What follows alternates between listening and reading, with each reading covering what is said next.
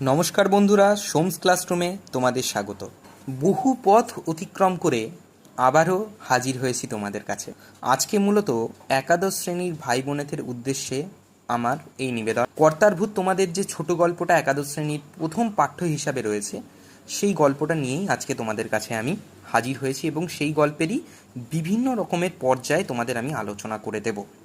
প্রথমেই বলে রাখি যে গল্পটা মূলত কি কি আঙ্গিক থেকে তোমাদের দেখতে হবে এবং ঠিক কি কিভাবে তোমরা গল্পটা জানতে পারবে, বুঝতে পারবে, তোমাদের ক্ষেত্রে বোঝাটা সুবিধাজনক হয়ে দাঁড়াবে, সেই জায়গাগুলোকে আমি পয়েন্ট আউট করে দেবো বা চিহ্নিত করে দেবো। এইবারে প্রথমেই তোমাদের দুটো কথা আমি বলে রাখি। রবীন্দ্রনাথ ঠাকুরের কর্তারভূত এই যে ছোট গল্পটা তোমরা দেখতে পাচ্ছ বা পড়েছো অনেকে, এই গল্পটা অন্যান্য গল্পগুলোর থেকে কিন্তু সম্পূর্ণভাবে আলাদা। তোমাদের অনেকের কাছে গল্পটা একটা নিরস তত্ত্বমূলক কচকচানিতে ভর্তি এক বস্তু হিসাবে মনে হতে পারে, কিন্তু এই তত্ত্বমূলক নিরস কচকচানিমূলক এই আবরণগুলোকে যদি বাইরে থেকে না দেখে আমরা এর ভিতরে ঢোকার চেষ্টা করি বা এই গল্পটাকে ভালো করে অনুধাবন করার চেষ্টা করি, তাহলে কিন্তু আমাদের একটা শুভ বুদ্ধি জাগ্রত হবে বলে আমার দৃঢ় বিশ্বাস। এবং একাদশ শ্রেণী বা দ্বাদশ শ্রেণীর এই যে বয়সটা, এটা তোমাদের কৈশোরের সময়, মূলত তোমাদের বয়ঃসন্ধির পরবর্তী ভাগ, যৌবনে পদার্পণের আগের অংশ। এই সময়টার ক্ষেত্রে এই ধরনের চেতনা মনের মধ্যে জাগ্রত হওয়াটা অত্যন্ত আবশ্যকীয় বলে মনে হয়। সেক্ষেত্রে এই ধরনের গল্প নির্বাচন অনেকের কাছে ভুল মনে হলেও, তোমাদের পড়ানোর ক্ষেত্রে বা পাঠ্য হিসাবে ভুল মনে হলেও আমার কাছে কিন্তু এই ধরনের গল্প সিলেকশন একরকমভাবে ঠিক মনে হয়েছে। যাই হোক, আর অন্যান্য কথায় আলোচনা না করে আমি চলে যাব প্রথমেই কর্তাদ্ভূত গল্পের উৎস সম্পর্কে তোমাদের দু চার কথা বলে দিতে। কর্তাদ্ভূত গল্পটি মূলত প্রবাসী পত্রিকা শ্রাবণ সংখ্যায় 1919 সালে প্রকাশিত হয়েছিল। রবীন্দ্রনাথ ঠাকুর গল্পটি লিখেছেন এবং এটি প্রথম কোথায় প্রকাশিত হয়েছিল না, প্রবাসী পত্রিকার শ্রাবণ সংখ্যায় 1919 খ্রিস্টাব্দে।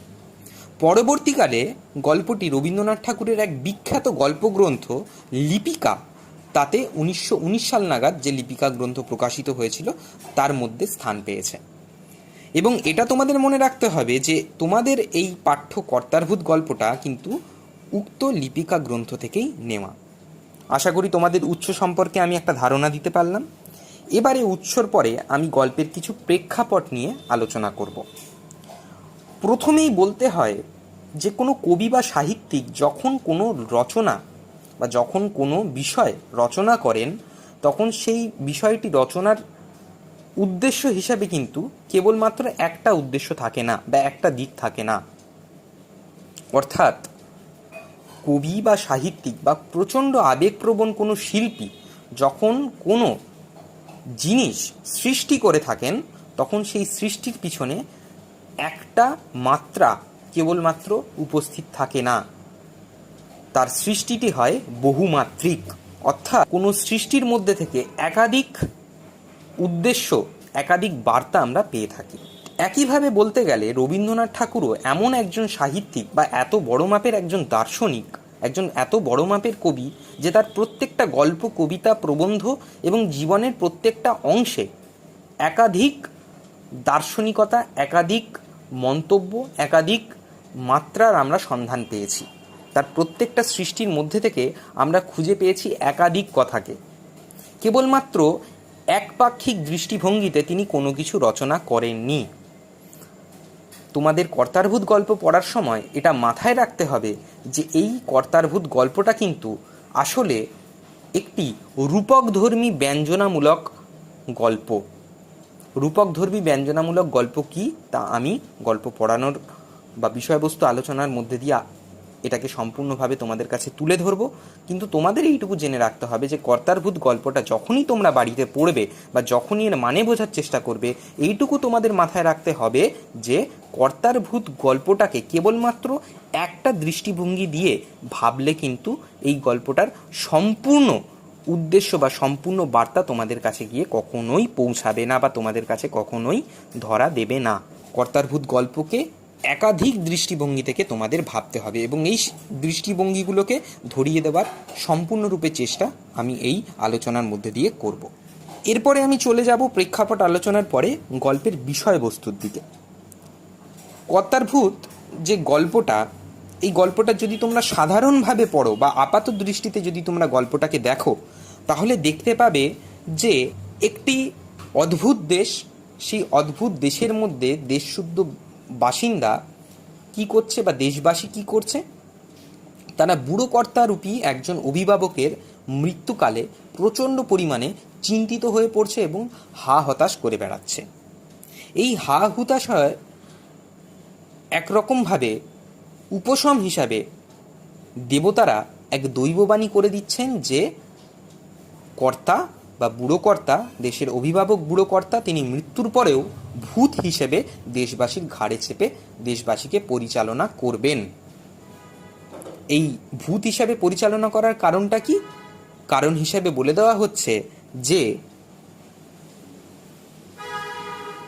ভূতের কিন্তু মৃত্যু নেই, মানুষের মৃত্যু আছে, কিন্তু ভূতের মৃত্যু নেই।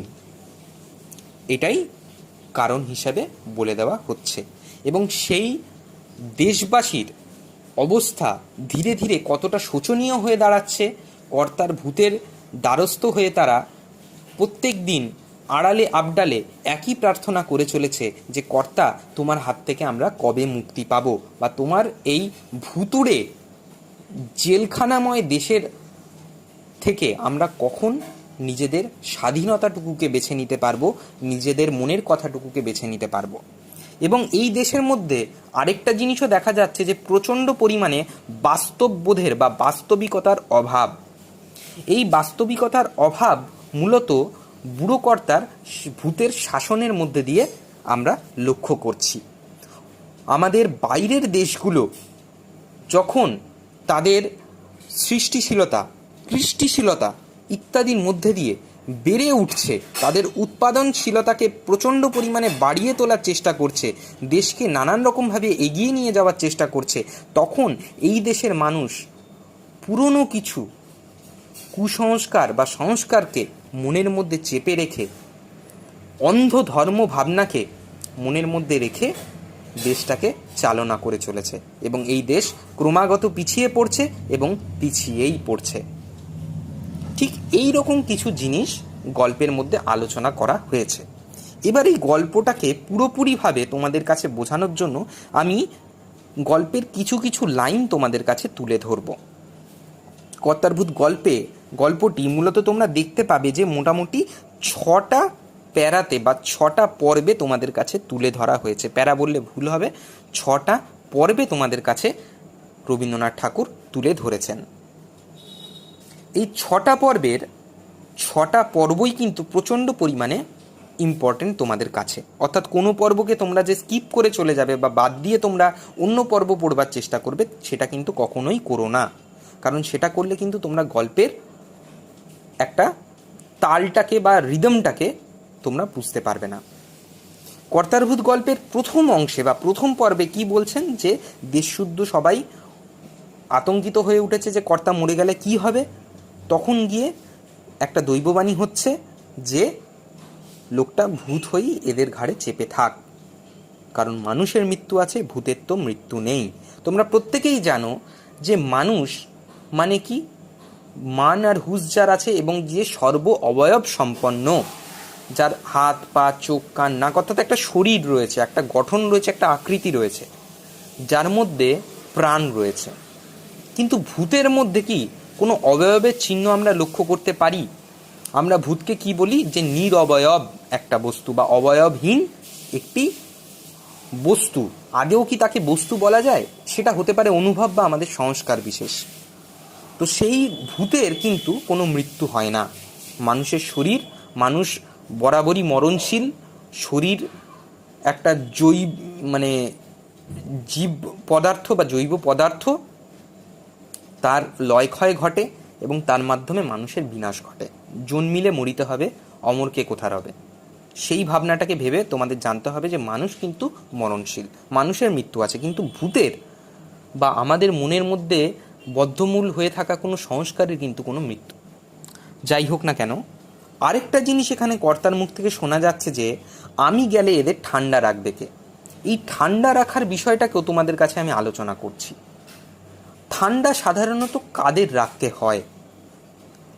আমরা আমাদের বাড়ির অভিভাবকেরা সাধারণত বলে থাকেন যে আমি গেলে এদের কে দেখবে বা কি হবে, এদের পরিণতি কি ঘটবে, কিন্তু আমি গেলে এদের ঠান্ডা রাখবে কে, এরকম ধরনের মন্তব্য ঠিক তখনই করা যায় যখন দেশশুদ্ধ বা যাদের কথা বলা হচ্ছে তারা যখন প্রচণ্ড পরিমাণে একটা অচল অবস্থার মধ্যে বসবাস করতে থাকে, বা তারা যখন প্রচণ্ড উত্তেজিত একটা বাতাবরণে দিন কাটাতে থাকে, তারা যখন চঞ্চল, তাদের জীবন যখন নানান রকম সংশয়ের মধ্যে দিয়ে অতিবাহিত হচ্ছে।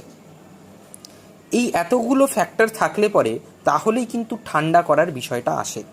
এবং আরেকটা জিনিস ঠান্ডা করার ক্ষেত্রে থাকে, আমরা ফ্রিজ হয়ে যাওয়া বা ঠান্ডা হয়ে যাওয়া এই জিনিসটার ক্ষেত্রে একটা জিনিসই বুঝি, যখন মানুষের বিবেক, বিবেচনা ইত্যাদি জিনিসগুলোর ওপরে একটা হিমেল বা একটা অকার্যকর পরিস্থিতি তৈরি হয়, তখনই কিন্তু মানুষ ঠান্ডা হয়ে যায়। এই ঠান্ডা কিন্তু ঠিক শান্ত নয়, বা শান্ত হলেও অন্যান্য শান্তের মতন শান্ত নয়। এই শান্তের মধ্যে একটা চরমভাবে দাবিয়ে রাখার বা দমিয়ে রাখার মানসিকতা কাজ করছে, এইটুকু তোমাদের জানতে হবে। এখানে আরেকটা জিনিস বলা হয়েছে দ্বিতীয় পর্বে, এই লাইনগুলো তোমরা অবশ্যই আন্ডারলাইন করে নিও, আগের ক্ষেত্রে যেগুলো বললাম আমি এখনও যেটা বলছি সেটাও। কেননা ভবিষ্যৎকে মানলেই তার জন্যে যত ভাবনা, ভূতকে মানলে কোনো ভাবনা নেই, সকল ভাবনা ভূতের মাথায় চাপে, অথচ তার মাথা নেই, সুতরাং কারোর জন্য মাথা ব্যথাও নেই। তোমরা প্রত্যেকেই জানো যে ভবিষ্যৎ সম্পর্কে চিন্তা করতে গেলে আমাদের নানান রকম তথ্যের ওপর নির্ভর করতে হয়। আমাদের বর্তমানকে জাজ করতে হয়, আমাদের অতীতকে জাজ করতে হয়, তবে গিয়ে আমরা ভবিষ্যৎ সম্পর্কে একটা অনুমান বা ভবিষ্যৎ সম্পর্কে একটা চিন্তাভাবনার ওপর স্থির হতে পারি। কিন্তু যখন আমরা অতীতের কোনো স্মৃতি রোমন্থন করি, যখন আমরা ভূতকে বিশ্বাস করি, এখানে ভূত অর্থে কিন্তু কেবলমাত্র প্রেতাত্মার কথা রবীন্দ্রনাথ মনে করাননি। এই ভূত অর্থে কিন্তু তোমরা অতীতকেও তোমাদের বুঝতে হবে, যে অতীত থেকে কিন্তু আসলে আমাদের শিক্ষা নেওয়া উচিত ছিল, কিন্তু সেই অতীতটাকে কেবলমাত্র আমরা একটা সুখস্মৃতি বা একটা অলস স্মৃতি হিসাবে মনে করে থাকি। তো সেই ভূতকে মানলে বা প্রেতাত্মাকে মানলে কিন্তু কোনো ভাবনাই থাকে না, সেটাতে কোনো লজিক কাজ করে না, কোনো কার্যকারণ সম্পর্ক কাজ করে না, ইত্যাদি জিনিসগুলো এখানে রবীন্দ্রনাথ ঠাকুর বলেছেন। আরেকটা জিনিস, যখন আমাদের প্রত্যেকের ভবিষ্যৎ সম্পর্কিত চিন্তাভাবনা ভূতের মাথায় ন্যস্ত হয় বা ভূতের মাথায় চাপে, তখন এইটুকু স্পষ্টতই বোঝা যায় যে সেই ভবিষ্যৎ সম্পর্কিত ভাবনার কোনো গাছ পাথর বলে কিচ্ছু থাকে না, অর্থাৎ সেই ভাবনা আদপে হয়ে দাঁড়ায় নিষ্ফল একটা ভাবনায়। আরেকটা জিনিস, ভূতের কিন্তু কোনো রকম মাথা নেই, অর্থাৎ ভূতের কোনো বুদ্ধি, বিবেচনা, বিবেক ইত্যাদি জিনিসগুলো থাকে না, সেই কারণে সে মাথা খাটিয়ে আমাদের ভবিষ্যতের চিন্তা করে উঠতে পারে না। আরেকটা জিনিস এখানে বলা হয়েছে চোখ বুজে চলার কথা। দেশশুদ্ধ লোক যখন ভূতগ্রস্ত হয়ে চোখ বুজে চলে, সেই চোখ বুজে চলাটার কথা এখানে বিশেষভাবে বলা হয়েছে। চোখ বুজে চলাটাকে কি বলা হচ্ছে, তত্ত্বজ্ঞানীরা কি বলেছেন? এই চোখ বুজে চলাই হচ্ছে জগতের সবচেয়ে আদিম চলা, একেই বলে অদৃষ্টের চালে চলা।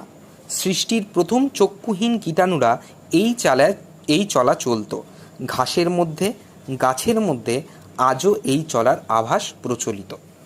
তোমরা যদি খুব ভালো করে ভেবে দেখো, জীবন বিজ্ঞান পড়তে গিয়ে তোমরা প্রথম সৃষ্টির যে অংশটা পড়েছো, সেখানে বলেছে কি যে আমাদের প্রথমে এককোষী জীব সৃষ্টি হয়েছিল, অ্যামিবা। তাদের কিন্তু চোখের কোনো অস্তিত্বের কথা বলা হয়নি, তারা কেবলমাত্র একটা অন্ধ দিশাকে বা একটা অন্ধ উদ্দেশ্যকে সামনে রেখে তাদের ক্ষণপথ বিস্তার করে এগিয়েছিল, তাই না? অ্যামিবার গমন অঙ্গের নাম ক্ষণপদ, আমরা জানি অনেকেই। সেই ক্ষণপথ বিস্তার করে এগিয়েছিল। এই চলার মধ্যে কিন্তু কোনো রকমের উদ্দেশ্য ছিল না। যখন আমরা প্রবল পরিমাণে অতীতপন্থী হয়ে যাই, অতীতকে খালি সামনে রেখে চলি, যখন আমাদের মাথায় বুদ্ধি বিবেচনা ইত্যাদি জিনিসগুলো কাজ করে না, যখন আমাদের চোখে সংস্কার বা ধর্মের ঠুলি পরানো থাকে, একটা আস্তরণ যখন আটকানো থাকে, অর্থাৎ আমাদের চোখ যখন একবারে বন্ধ হয়ে থাকে, তখন কিন্তু আমরা অন্ধকারে হাতড়ে হাতড়ে চলি। সেই চলাটার মধ্যে কিন্তু কোনো উদ্দেশ্য থাকে না।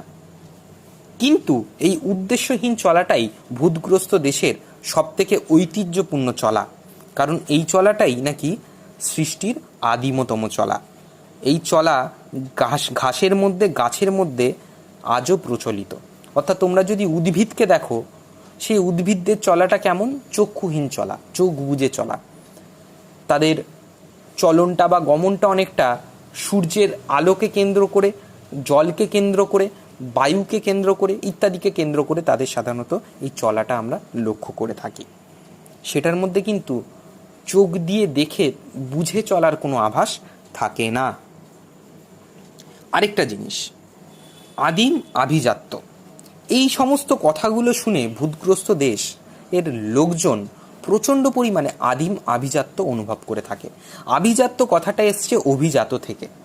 অভিজাত অর্থাৎ উচ্চ বর্ণ বা উচ্চ সম্প্রদায়ের মধ্যে বসবাসকারী যারা, তাদের আমরা বলে থাকি অভিজাত।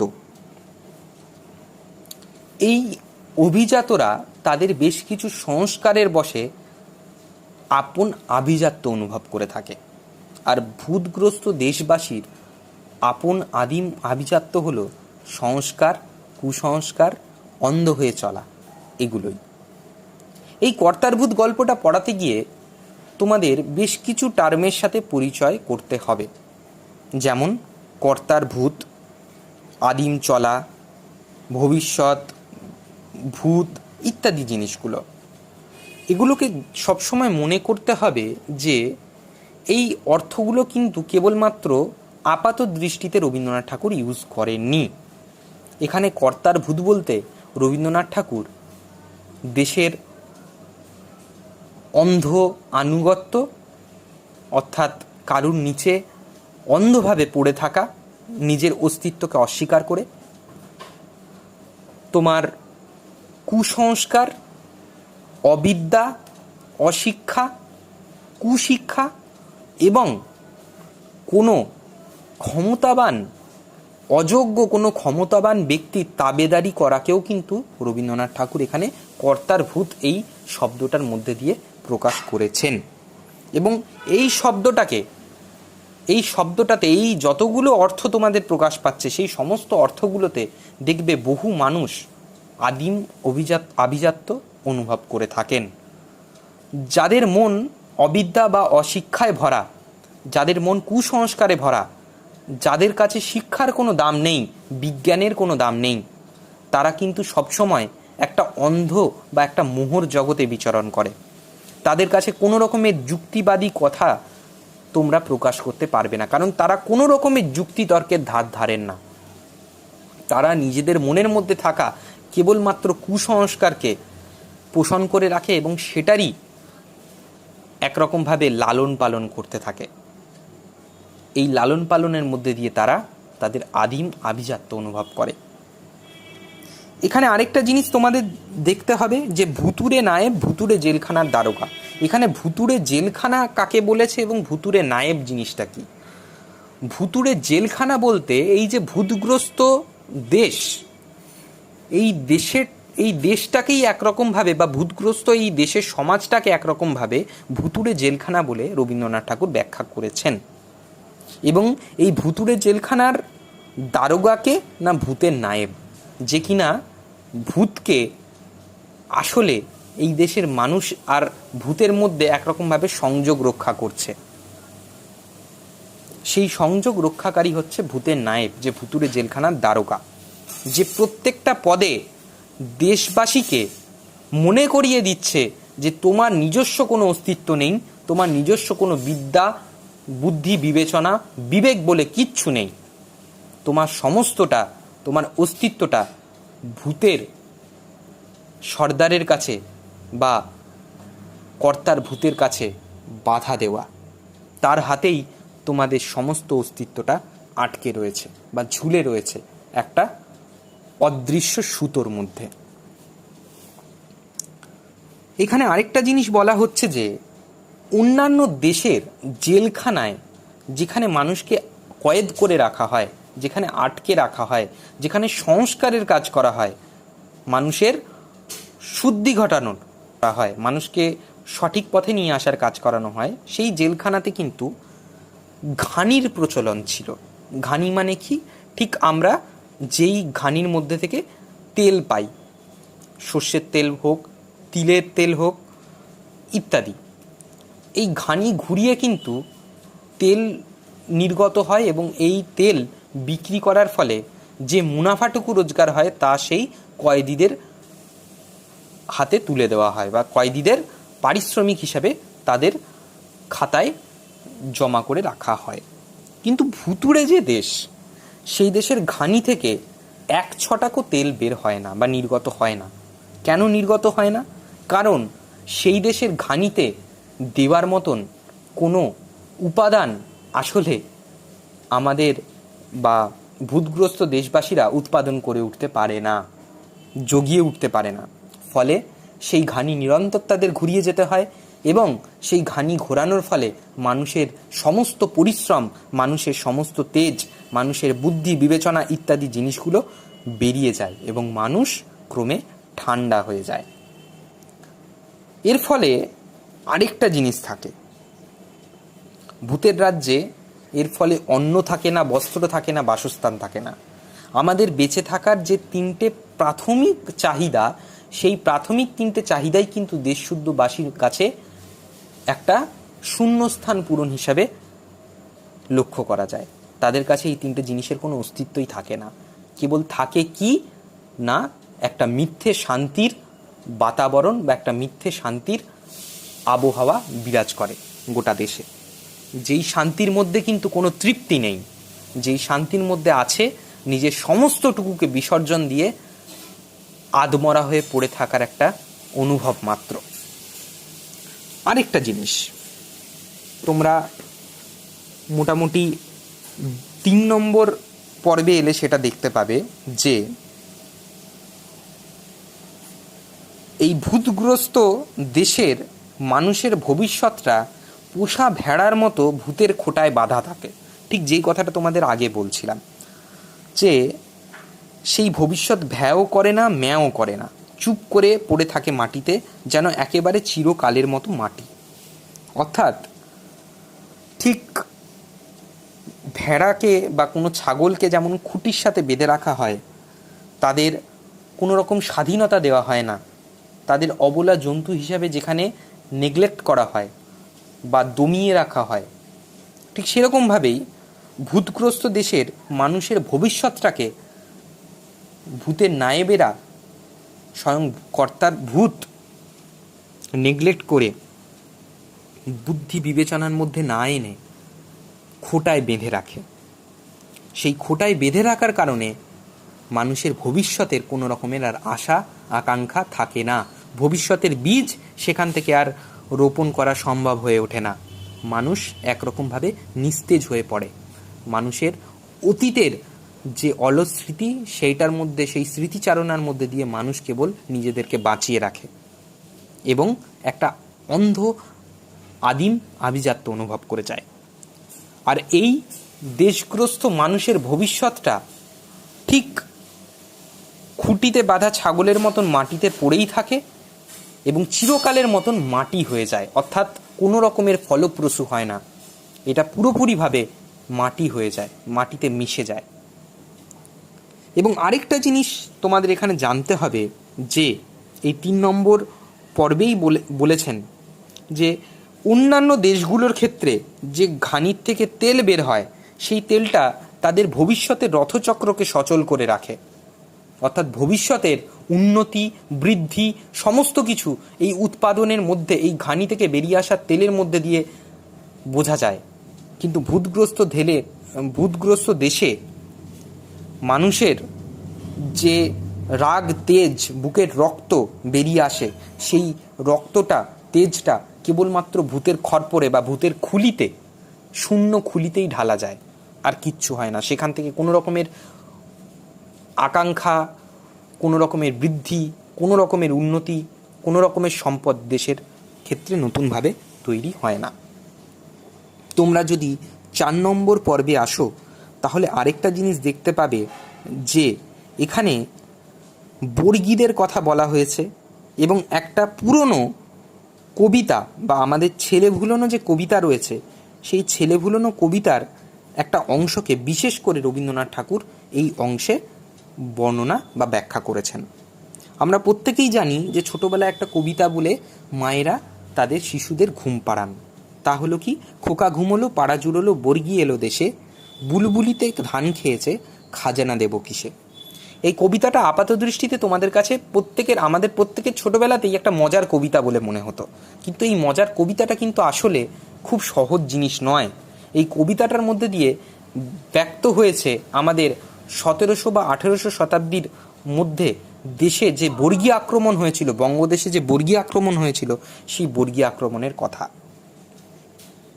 যেখানে কি বলা হচ্ছে যে খোকা ঘুমোলো পাড়া জুড়োলো, অর্থাৎ সমস্ত জিনিস শান্ত হওয়ার পরে খোকা ঘুমোলো পাড়া জুড়োলো বর্গি এলো দেশে। তারপরেই কিন্তু দেশে মারাঠা দস্যু যারা বর্গী হিসেবে পরিচিত ছিল, সেই বর্গীরা কিন্তু আমাদের দেশে লুটতরাজ করতে বা লুণ্ঠন করতে হাজির হয়েছিলেন। বুলবুলিতে ধান খেয়েছে, এই বুলবুলি জিনিসটা কি? বুলবুলি জিনিসটাকে রবীন্দ্রনাথ এইভাবে ব্যাখ্যা করেছেন যে আমাদের এই কর্তার ভূত গল্পটার ক্ষেত্রে এই যে ভূতগ্রস্ত দেশ আমি বারবার করে বলছি, সেই ভূতগ্রস্ত দেশ কিন্তু একরকমভাবে ভারতবর্ষ, যেটাকে রবীন্দ্রনাথ ঠাকুর ব্যঙ্গ করে বা ইঙ্গিতের মাধ্যমে বোঝাতে চেয়েছেন। বা পৃথিবীর সেই সমস্ত দেশ, যে সমস্ত দেশগুলো বরাবরই কুসংস্কারকে, অন্ধবিশ্বাসকে, অশিক্ষাকে নিজেদের মনের মধ্যে বসিয়ে রেখেছে, পুজো করেছে। তো এই ভারতবর্ষে কিন্তু আমরা দেখতে পাবো যে একবারে শুরু থেকে আর্যদের আগমনের সময় থেকে বারে বারে বিভিন্ন বিদেশি শত্রুরা এই দেশে উপস্থিত হয়েছে এবং এই দেশের সমস্ত সম্পদ ভোগ করেছে, কেউ লুট করে নিয়ে চলে গেছে, ইত্যাদি জিনিসগুলো আমাদের দেশের মধ্যে কিন্তু সবসময় লক্ষ্য করা গেছে। তো বুলবুলিতে ধান খেয়েছে, আমাদের দেশের যে সোনার ফসল, যে সোনার ধান, এই ধানকে কেবলমাত্র ধান হিসাবে তোমরা মনে করো না, মনে করো যে দেশের সমস্ত সম্পদ, এই সমস্ত সম্পদ কিন্তু বাইরে থেকে বিভিন্ন সময়ে বিভিন্ন বুলবুলিরা ঝাঁকে ঝাঁকে এসে সেই জিনিসগুলোকে আস্তে আস্তে গোগ্রাসে খেয়ে চলে গেছে এবং এই দেশের সাধারণ মানুষের কাছে সমস্ত সম্পদ শেষ হয়ে গিয়ে কেবলমাত্র পড়ে থেকেছে একটা শূন্য বাটি, যেই বাটি থেকে হয়তো একদানা চাল পাওয়া যায়, সেই চালটুকু দিয়ে পেট ভরে না। সুতরাং যা জিনিস দিয়ে আমার পেটই ভরে না, সেই জিনিস দিয়ে আমি আমার খাজনা দেব কি করে? এবং এই খাজনার অত্যাচার কিন্তু প্রাচীনকাল থেকে আধুনিক কাল পর্যন্ত বিভিন্ন পর্যায়ে বিভিন্নভাবে লক্ষ্য করা গেছে। কখনো তা শুল্ক হিসাবে, কখনো তা আধুনিক ট্যাক্স হিসাবে আমাদের কাছ থেকে, জনসাধারণের কাছ থেকে নেওয়া হয়েছে। এবং আরও একটা জিনিস, যে এগুলো তো গেল সম্পদ ভিত্তিক খাজনার কথা, কিন্তু এই খাজনা ছাড়াও ভূতগ্রস্ত দেশে বা অন্ধ বিশ্বাসী যে মানুষের দেশ, তাদের দেশে কিন্তু ভূতের নায়েবেরাও বা ভূতের পেয়াদারাও কিন্তু খাজনা চেয়ে বেড়ান। তাদের খাজনাটা কি? তাদের খাজনাটা হলো আসলে অন্ধ আনুগত্য। সেই বিশ্বাসের প্রতি অন্ধ আনুগত্য সবসময় বজায় রাখতে হবে এবং সেই বিশ্বাস তোমাদের ঠিক যেই পথে চালিত করবে, সেই পথে তোমাদের এগোতে হবে।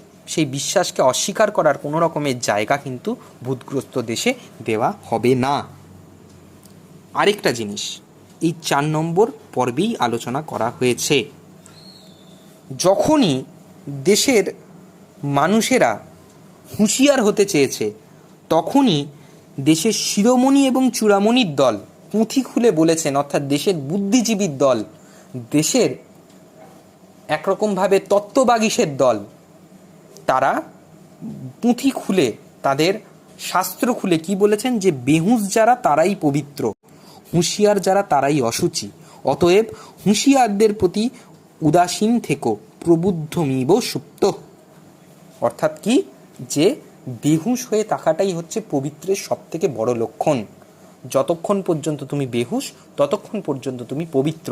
যখনই তোমার মনের মধ্যে তুমি কোনো রকমের আলোচনা, সমালোচনা, সংশয়, বুদ্ধি, বিবেচনা ইত্যাদি নিয়ে খেলা করবে, যখনই তুমি যুক্তিবাদী হয়ে যাবে, তখনই কিন্তু এই অন্ধবিশ্বাসী সমাজ তোমাকে একঘরে করে দেবে এবং তোমাকে অপবিত্রর ট্যাগটা তোমার গায়ে বা অসুচির ট্যাগটা কিন্তু তোমার গায়ে বড় করে ঝুলিয়ে দেবে। অর্থাৎ এই সমাজে বসবাস করতে গেলে প্রবুদ্ধমিব সুপ্ত, সব থেকে উৎকৃষ্ট হচ্ছে তোমাদের ঘুমন্ত অবস্থায় থাকা বা সুপ্ত হয়ে থাকা, কোনো রকমের নড়চড় না করে, কোনো রকমের যুক্তিবাদী কথা না তুলে, একটা ফ্লোয়ের মধ্যে দিয়ে, যেই প্রবাহের মধ্যে দিয়ে সমস্ত দেশবাসী হেঁটে চলেছে, সেই প্রবাহের মধ্যে দিয়ে নিজেকে এগিয়ে নিয়ে যাওয়া। আরেকটা অংশ তোমাদের 5 নম্বর পর্বে আলোচনা করা হয়েছে এই খাজনা দেওয়ার বিষয়টাকে। এই খাজনা সাধারণত এই ধরনের বা এই জাতীয় দেশের মানুষেরা কিভাবে দিয়ে থাকেন একটাভাবেই, আবরু দিয়ে, ইজ্জত দিয়ে, ইমান দিয়ে, বুকের রক্ত দিয়ে। অর্থাৎ নিজের সমস্ত সত্তাটাকে বিকিয়ে দিয়ে, নিজের মান সম্মান, নিজের মনুষ্যত্বের যেটুকু সম্বল, সেই সমস্ত সম্বলটাকে বিকিয়ে দিয়ে তবে কিন্তু এই ধরনের দেশবাসী ঠান্ডা হয়ে পড়ে, খাজনা দিয়ে সর্বশান্ত হয়ে যায়। এই দেশবাসীর কিছু অংশের কথা তোমাদের বলছিলাম, যারা একটুখানি হুঁশিয়ার হয়ে উঠতে চায়। আবার কিছু মানুষ আছে যারা এই অন্ধ আনুগত্যকে ফলো করেও, বুঝেও অতিষ্ঠ হয়ে একটা সময় এই প্রশ্ন করেই ফেলে যে ভূতের শাসনটাই কি অনন্তকাল চলবে?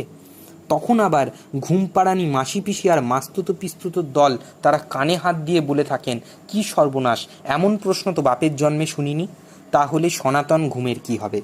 সেই আদিবনতম ঘুম সকল জাগরণের চেয়ে প্রাচীনতম ঘুম। অর্থাৎ আমাদের যে মা মাসিদের যে সমাজ, তাদের মনের ভিতরেই কিন্তু ছোটবেলা থেকে আস্তে আস্তে নানান রকমের কুসংস্কারকে প্রবেশ করানো হয়েছে। আমরা এখন থেকেই কিন্তু, ছোটবেলা থেকেই কিন্তু বাচ্চাদের মনের মধ্যে নানান রকমের কুসংস্কারকে প্রবেশ করিয়ে থাকি। ফলে এই কুসংস্কার কিন্তু দিনে দিনে ঠিক রক্ত বীজের মতন বাড়তে থাকে এবং এদের কিন্তু একটাকে কাটলে পরে কখনোই এই অন্ধবিশ্বাস বা কুসংস্কারের মৃত্যু হয় না। কারণ এই একটা অন্ধবিশ্বাস বা কুসংস্কার থেকে জন্ম নেয় শত সহস্র অন্ধকারময় ভাবনা, কুসংস্কার ইত্যাদির।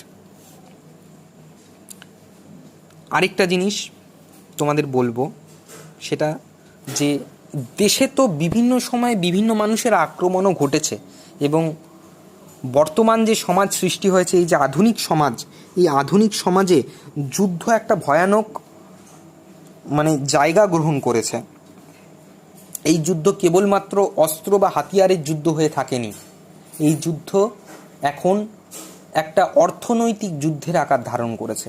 তো এই যুদ্ধকে ডিফিট করার বা এই যুদ্ধকে জয় করার মন্ত্র যখন জানতে চাওয়া হয়, তখন সেই প্রশ্নের উত্তরে দেশের মাসি পিসিরা কি উত্তর দিয়েছেন না, বুলবুলির ঝাঁককে কৃষ্ণ নাম শোনাবো আর বর্গীর দলকেও। অর্থাৎ ধর্মের মিথ্যে বুলি কবচে ধর্মকে হাতিয়ার করে আমরা সেই যুদ্ধ জেতার চেষ্টা করব, যার একটাই অর্থ হতে পারে যে নিজেদের সমস্ত সম্পদকে, নিজেদের সমস্ত প্রাণকে খুইয়ে বসা। অর্বাচীনেরা আরও উদ্ধত হয়ে বলে উঠেছেন, যেমন করে পারি ভূত ছাড়াবো। এর উত্তরেও ভূতের নায়েব চোখ পাকিয়ে বলেছেন যে চুপ, এখনো ঘানি অচল হয়নি। অর্থাৎ ভূতগ্রস্ত যে দেশ, সেই দেশের ঘানি কিন্তু কখনো অচল হয় না। মানুষের অন্ধ আনুগত্য সেই দেশের ঘানিকে সবসময় সচল করে রাখে। মানুষের শরীরের তেজ, মানুষের নিজেদের বুদ্ধি বিবেচনার যে অভাব, সেই অভাব সবসময় এই দেশের ঘানিকে সচল করে থাকে।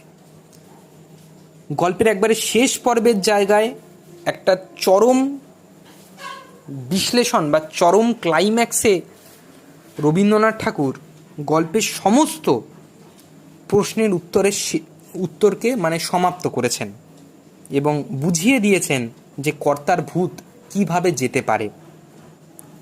দেশশুদ্ধ লোক যারা ভূতকে প্রচণ্ড পরিমাণে ভয় পায়, তারাও কিন্তু গভীর রাতে অতিষ্ঠ হয়ে প্রশ্ন করেছে কর্তাকে যে কর্তা, এখনও কি ছাড়ার সময় হয়নি? কর্তা কি বলেছেন? ওরে অবোধ, আমার ধরাও নেই ছাড়াও নেই, তোরা ছাড়লেই আমার ছাড়া। অর্থাৎ কোনো অবিদ্যা, কোনো কুসংস্কার, কোনো তাবেদারি, কোনো অন্ধ আনুগত্য ইত্যাদি জিনিসগুলো কেবলমাত্র হাঁটানোর একটাই উপায়। মানুষ যে এই অন্ধ আনুগত্যকে পোষণ করে চলেছে, নিজের মনের মধ্যে রেখেছে, সেই মনের মধ্যে থেকে সমূলে তাকে উৎপাটন করা, করে নিয়ে আসা। অর্থাৎ রক্তবীজকে, ঠিক কালী ঠাকুর যেরকমভাবে রক্তবীজকে মেরেছিলেন, খড়গ দিয়ে তার মুন্ডু কেটে তার সমস্ত রক্ত পান করে ফেলেছিলেন, ঠিক সেরকমভাবেই কিন্তু এই মানে কর্তার ভূতকে দেশ থেকে ছাড়ানো সম্ভব। কর্তাকে যখন আমরা ছাড়বো, যখন আমরা সদল বলে কর্তাকে, দেশের এই কর্তারূপী অবিদ্যাকে, তাবেদারিকে, অন্ধ আনুগত্যকে, কুসংস্কারকে যখন আমরা বিদায় দেব, তখনই কিন্তু তারা আমাদের কাছ থেকে বিদায় পাবে। ততক্ষণ পর্যন্ত তারা কিন্তু, যতক্ষণ আমরা বিদায় দিচ্ছি ততক্ষণ পর্যন্ত কিন্তু তারা আমাদের কাছে থেকেই যাচ্ছে। এবং এই থেকে যাওয়ার কারণটাও হচ্ছে আরেকটা, যে তোরা ছাড়লেই আমার ছাড়া। তার উত্তরে দেশবাসীরা কি বলছেন? যে ভয় করে যে কর্তা, আর কর্তা সেখানে বলছেন যে সেইখানেই তো ভূত। অর্থাৎ ভয়ের মধ্যেই কিন্তু আমাদের ভূত বাস করে। আমরা যদি নিজেদের মনের থেকে এই ভয়টাকে বের করে দিতে পারি, তাহলে কিন্তু আর ভূতের অস্তিত্ব কোনো রকমভাবেই থাকবে না। আমরা অন্ধকারকে, অজানাকে ভয় পাই, আমরা যুক্তিবাদী তর্ককে ভয় পাই। এই ভয় পাওয়ার একটাই কারণ তাকে আমরা কখনো ফেস করতে চাই না, আমরা কখনো তার মুখোমুখি হয়ে দাঁড়াতে চাই না।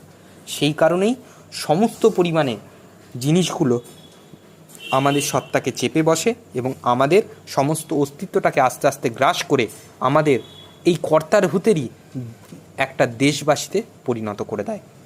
আশা করি তোমাদের বিষয়বস্তুটা বোঝাতে পারলাম। এইবারে নামকরণের ক্ষেত্রে যদি তোমাদের আমি বলি যে কর্তার ভূত, এই গল্পটার নামকরণ হঠাৎ করে এরকম হয়েছে কেন, তোমাদের আমি একটা কথা বলছিলাম যে রবীন্দ্রনাথ ঠাকুর কিন্তু এই গল্পটা লিখেছেন একটি রূপক সাংকেতিক বা রূপক ব্যঞ্জনাধর্মী গল্প হিসাবে। এই রূপক গল্প কি? যেই গল্পের বিষয়বস্তু, মানে যেই গল্পের বাচ্চার্থ একরকম হয় এবং গূঢ়ার্থ আরেক রকম হয়। অর্থাৎ যেই গল্পটাকে দেখে একরকম মনে হয়, কিন্তু গল্পটার মধ্যে দিয়ে, গল্পটার প্রত্যেকটা লাইনের মধ্যে দিয়ে, গল্পটার প্রত্যেকটা শব্দের মধ্যে দিয়ে আমরা অন্য কিছুর দোতনা বা অন্য কিছুর আভাস পেতে পারি, বা অন্য কোনো অর্থ আমাদের কাছে উঠে উঠে আসে। কর্তার ভূত গল্পটা, এই যে নামকরণ রবীন্দ্রনাথ ঠাকুর বেছে নিয়েছেন, কর্তার ভূত, একটা অদ্ভুত নামকরণ কর্তার ভূত। এই কর্তার ভূত দেওয়ার সার্থকতা এইখানেই, কারণ এই সমস্ত ঘটনাটাকে, এই অন্ধ আনুগত্য, এই কুসংস্কার, এই তাবেদারি, এই আদিম আভিজাত্য নিজেদের কুসংস্কারের মধ্যে দিয়ে অনুভব করার অনুভূতি, সমস্ত কিছুর কিন্তু মূলে হচ্ছে কর্তার ভূত। এই কর্তার জীবিত এবং মৃত দুটো সত্তাকেই সবসময় আমরা তাবেদারির মধ্যে দিয়ে বাঁচিয়ে রেখেছি। কর্তাকে সমস্ত সময় আমরা আমাদের যাবতীয় অস্তিত্ব দিয়ে পুজো করেছি, আমাদের বিদ্যে, বিবেচনা, বিবেক সমস্ত কিছু কর্তার হাতে সঁপে দিয়েছি। তাই এই গল্পের প্রধান চরিত্র হিসাবে কিন্তু উঠে এসেছে কার নাম? না, কর্তার ভূতের নাম। কর্তার নাম নয়, কিন্তু কর্তার ভূতের নাম। যেই কর্তার ভূতকে আমরা কখনো ছেড়েও উঠতে পারছি না। আমাদের সমাজ থেকে যতবার আমরা এই কর্তার ভূতকে তাড়ানোর চেষ্টা করছি, ততবার কিন্তু সমাজে এই কর্তার ভূতের দাসের সংখ্যা বেড়ে চলেছে, শিষ্যের সংখ্যা বেড়ে চলেছে, এবং এই শিষ্যদের বুকের মধ্যে দিয়ে যতদিন পর্যন্ত কর্তার অস্তিত্ব বেঁচে থাকছে ততদিন কিন্তু কর্তারা, এই কর্তার ভূতেরা আমাদের সমাজ থেকে কখনো বেরিয়ে যাবেন না, বা এই সমাজকে কখনো স্বাধীন করে রেখে দেবেন না। কেবলমাত্র স্বাধীনতা কিন্তু অস্ত্রের মধ্যে দিয়ে পাওয়া যায় না। স্বাধীনতা পাওয়ার প্রাথমিক উপায় হচ্ছে নিজের মনকে স্বাধীন করা, নিজের বিদ্যে বিবেচনা বুদ্ধিকে জাগ্রত করে তোলা। যতদিন না পর্যন্ত আমরা সেই জিনিসগুলোর আমাদের শুভবুদ্ধির উদয় ঘটাতে পারছি, ততদিন পর্যন্ত কিন্তু আমাদের কর্তার ভূত গ্রাস করেই থাকবে। তাই রবীন্দ্রনাথ ঠাকুর এই গল্পের নামকরণের ক্ষেত্রে কর্তার ভূতটাই নাম রেখেছেন, কারণ কর্তার ভূত হচ্ছে এই গল্পের প্রধান চরিত্র, এবং এই প্রধান চরিত্রের সমস্ত গুণাবলী এবং সমস্ত কার্যাবলীকে কেন্দ্র করেই কিন্তু গোটা গল্পের এবং এই ভূতগ্রস্ত দেশবাসীর জীবন আবর্তিত হয়েছে, পরিচালিত হয়েছে। এইবারে তোমাদের কর্তার ভূত গল্পের বেশ কিছু ইম্পর্টেন্ট প্রশ্ন নিয়ে আমি তোমাদের বলে দেব, বা এই কর্তার ভূত গল্প থেকে যে প্রশ্নগুলো তোমাদের বিশেষভাবে দেখতে হবে সেই প্রশ্নগুলোর কথা বলবো। সেটা হচ্ছে যে প্রথমেই তোমরা দেখবে দেশের লোক ভারী নিশ্চিন্ত হলো। আমি এই প্রশ্নগুলো ডেসক্রিপশন বক্সে দিয়ে রাখবো, এবং এই ডেসক্রিপশন বক্সে তোমরা এই প্রশ্নগুলো পেয়ে যাবে। দেশের লোক ভারী নিশ্চিন্ত হলো, কোন প্রসঙ্গে কথা বলা হয়েছে, নিশ্চিন্ত হওয়ার কারণ কি? তোমরা প্রত্যেকেই জানো কোন প্রসঙ্গে বলা হয়েছে এবং নিশ্চিন্ত হওয়ার কারণ কি। কর্তা যখন মারা যাচ্ছেন সেই প্রসঙ্গে, সেই সময়ে দেশবাসী প্রচণ্ড পরিমাণে চিন্তায় সংশয়ে ভুগছিল। সেই সময়ে দেবতাদের তরফ থেকে একটি ভবিষ্যৎবাণী করা হয় এবং তারা বলেন যে কর্তার ভূতকে এই দেশশুদ্ধর মাথায় তারা বসিয়ে দেবেন, যাতে দেশশুদ্ধর লোকের কোনো রকমের অসুবিধা না হয়। এটাই হচ্ছে প্রসঙ্গ, এবং নিশ্চিন্ত হওয়ার কারণ আমি তোমাদের বিষয়বস্তুর মধ্যে দিয়েই আলোচনা অলরেডি করে দিয়েছি। দ্বিতীয় যে প্রশ্নটা তোমরা পড়বে, বা তোমরা যে প্রশ্নটা বাড়িতে তৈরি করার চেষ্টা করবে, সেটা হচ্ছে যে কর্তা বলেন সেইখানেই তো ভূত, অর্থাৎ গল্পের একেবারে শেষ যে অংশ, শেষ যে লাইন, 6 নম্বর পর্বের যে শেষ লাইন, এই লাইনটার কিন্তু তাৎপর্য মারাত্মক রকমের, এবং এই তাৎপর্যটাকে কিন্তু অলরেডি আমি আমার বিষয়বস্তুতে বলেছি।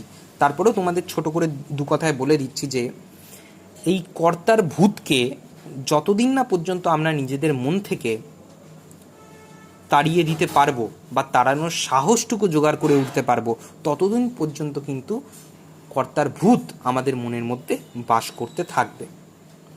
এবং এই ভূতকে তাড়ানোর ক্ষেত্রে যতদিন আমরা ভয় পাবো ততদিন পর্যন্ত সেই ভয়ের মধ্যে দিয়ে কিন্তু কর্তার ভূত নতুন করে শক্তি সঞ্চয় করে আরও নিজেকে শক্তিশালী করে তুলবে, এবং সমাজে তার সমস্ত কুসংস্কার, তাবেদারি, নিজের সমস্ত বৈশিষ্ট্যগুলোকে আস্তে আস্তে ছড়িয়ে মানুষকে, সমাজটাকে একরকমভাবে অচল করে তুলবে। তারপরের যে প্রশ্নটা, ওরে অবোধ আমার ধরাও নেই ছাড়াও নেই, তোরা ছাড়লেই আমার ছাড়া, এটাও তোমাদের 6 নম্বর যে পর্ব রয়েছে সেই পর্বেরই শেষ দিকের একবারে একটা লাইন। এটাকেও আমি আলোচনা করেছি যে যতক্ষণ না পর্যন্ত আমরা কর্তাকে ছাড়তে পারবো ততক্ষণ পর্যন্ত কর্তা আমাদের ছাড়তে পারছে না। আমাদের উপরেই আসলে সমস্তটা, এই ধরা এবং ছাড়াটা নির্ভর করছে। আরেকটা জিনিস তোমাদের, আরেকটা প্রশ্ন যেটা তোমরা অবশ্যই বাড়িতে তৈরি করবে, সেটা হচ্ছে যে ভুতুড়ে জেলখানার পরিচয় দাও।